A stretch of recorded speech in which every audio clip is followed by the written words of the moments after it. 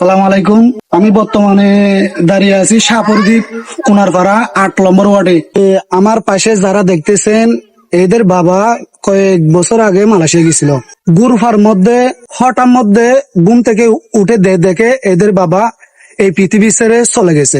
এদের আর কেউ নাই, এদের পরিবারের চালানোর মতো। এদেরকে সাহায্য করার জন্য মালয়েশিয়া কতগুলো শাহপরদ্বীপের কতগুলো যুবক মিলে একটা সংগঠন করে। এই সংগঠন মিলে তারা কিছু টাকা কালেক্ট করে এই পরিবারকে 20,000 টাকা অনুদান করে। কিন্তু এটা কিন্তু বলতে গেলে 20,000 অল্প, কিন্তু এদের জন্য 20 লক্ষ টাকা। কিন্তু এরকম পরিবার হাজারো পরিবার আছে।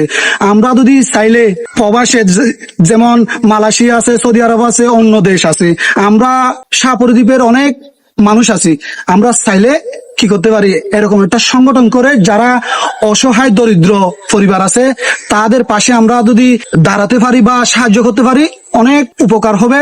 এই পরিবারে 4 জন, কিন্তু 3 জন মেয়ে আছে, একটা ছেলে আছে, কিন্তু এদের মতো এই পরিবারটা চালানোর জন্য কোনো বড় কেউ নাই, বাকিটা উপর আল্লাহর হাতে। যদি এই ভিডিওটা আপনাদের ভালো লাগে একটু শেয়ার করে দিবেন, পাশে থাকবেন, এই পরিবারের জন্য দোয়া করবেন।